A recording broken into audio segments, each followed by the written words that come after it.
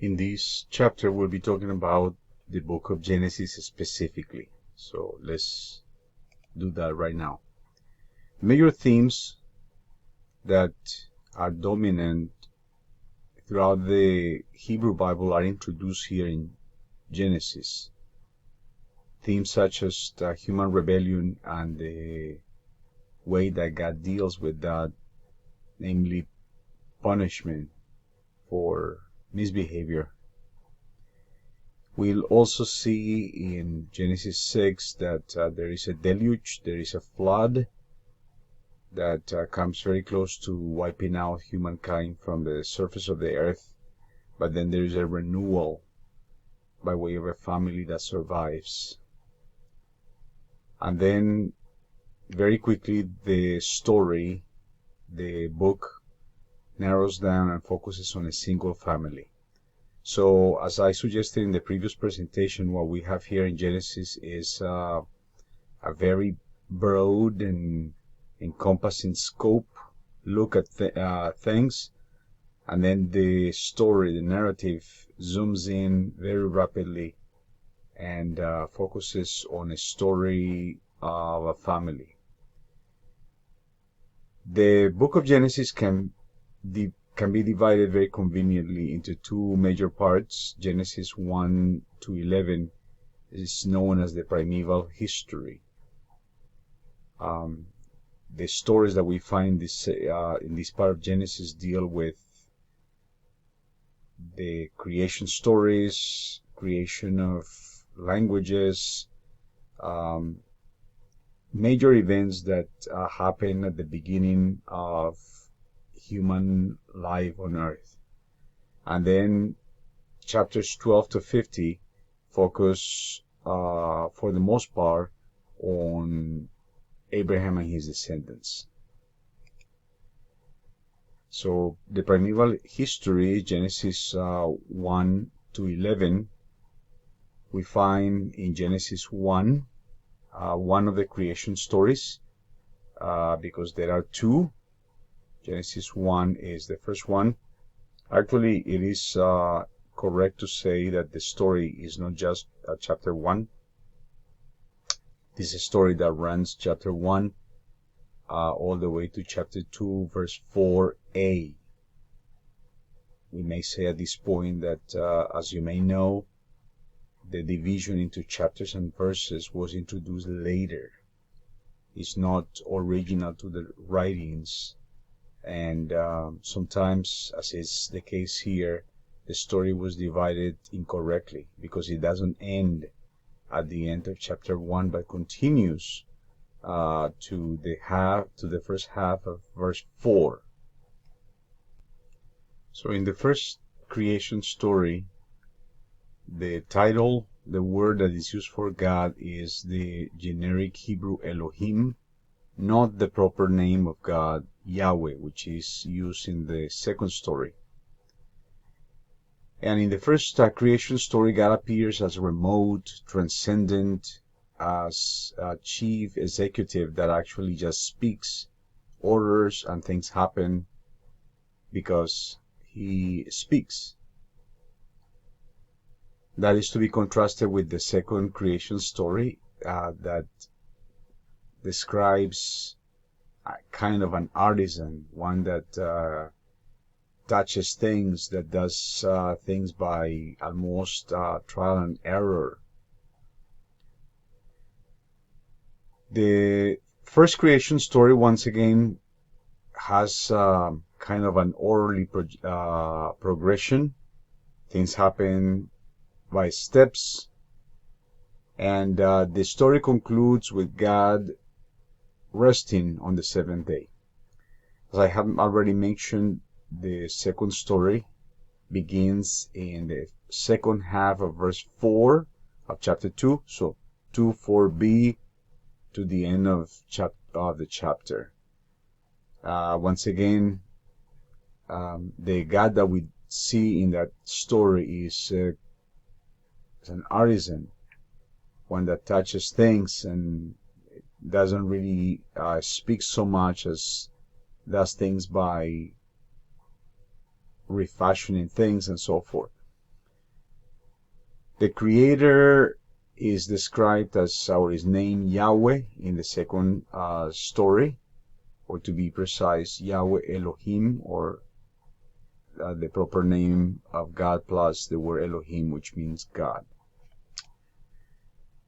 We have then an etiology in chapter 3, story of origins, and I described in the previous presentation how etiologies function. Etiologies are stories whose purpose is to describe why something is. So in Genesis 3, we discover why women experience pain at labor, and that is because of their disobedience.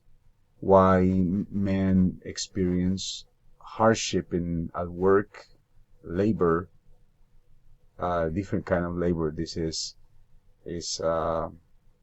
work is hard because of the male's disobedience to God, and then a series of other things.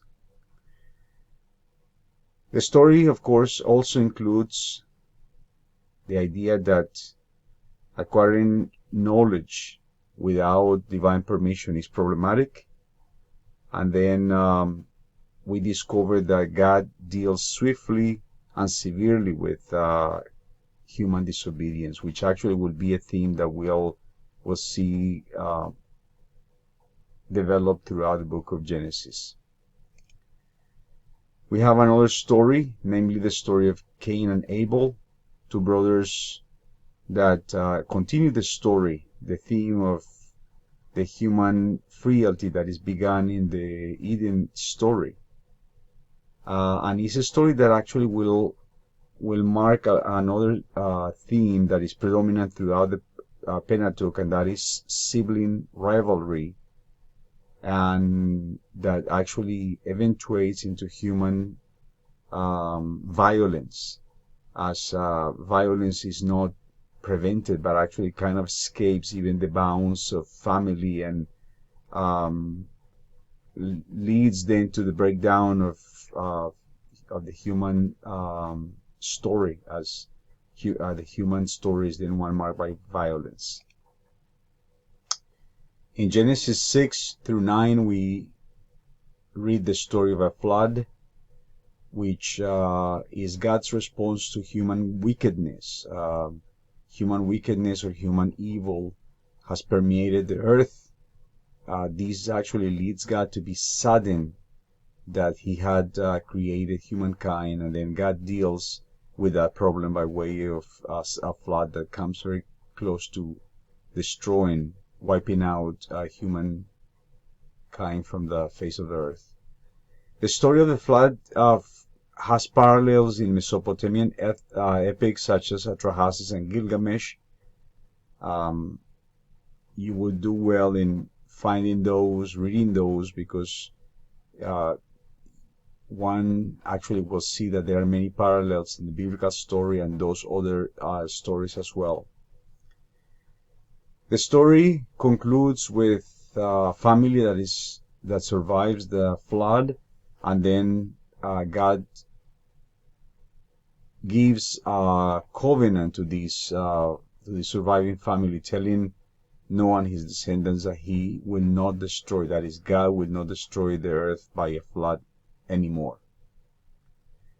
And this covenant is universal and is a symbol then of God's benefaction towards humankind. We have another story, another etiology in the story of Babel or Babel in Genesis 11.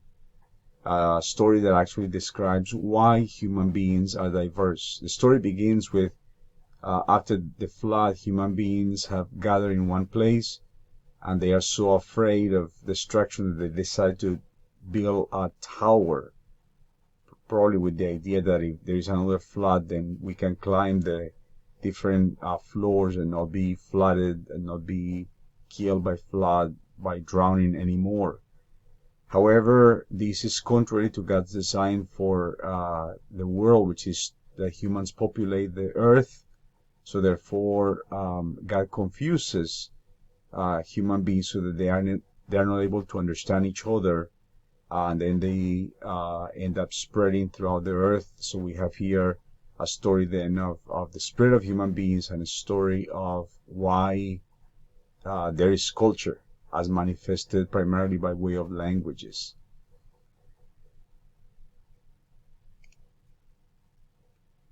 Then we find in chapters 12 to 50, as the book actually narrows down and focuses on Israel's ancestors, it begins with the story of Abraham and his descendants that will mark a new phase in the human-divine relationship, right?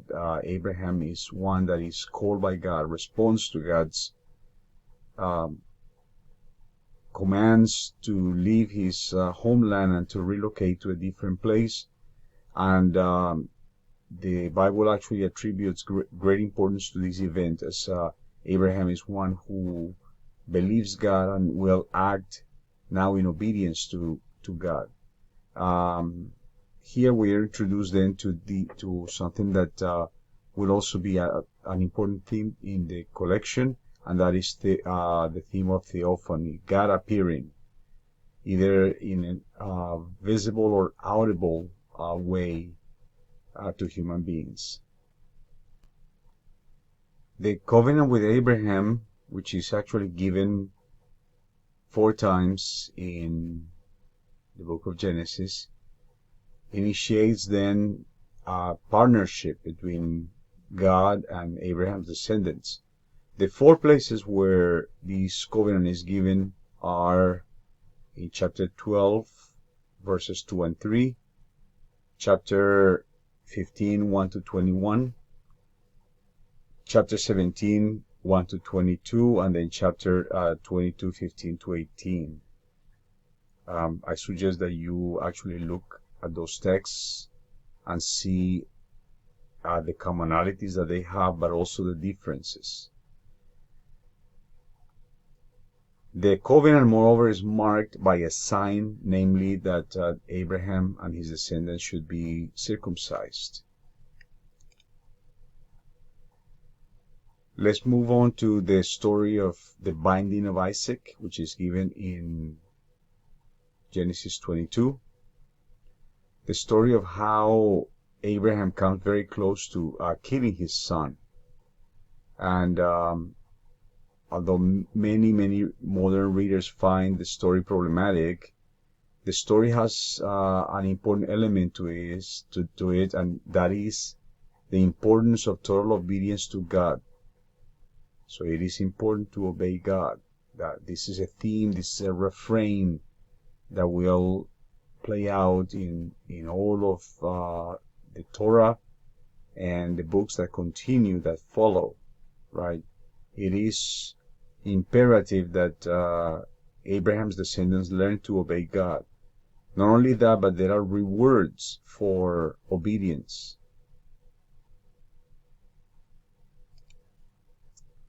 We find then also one of Abraham's descendants is a fellow named Jacob, who is kind of a trickster. His role in the story is very complex because he is one that trick people. Is kind of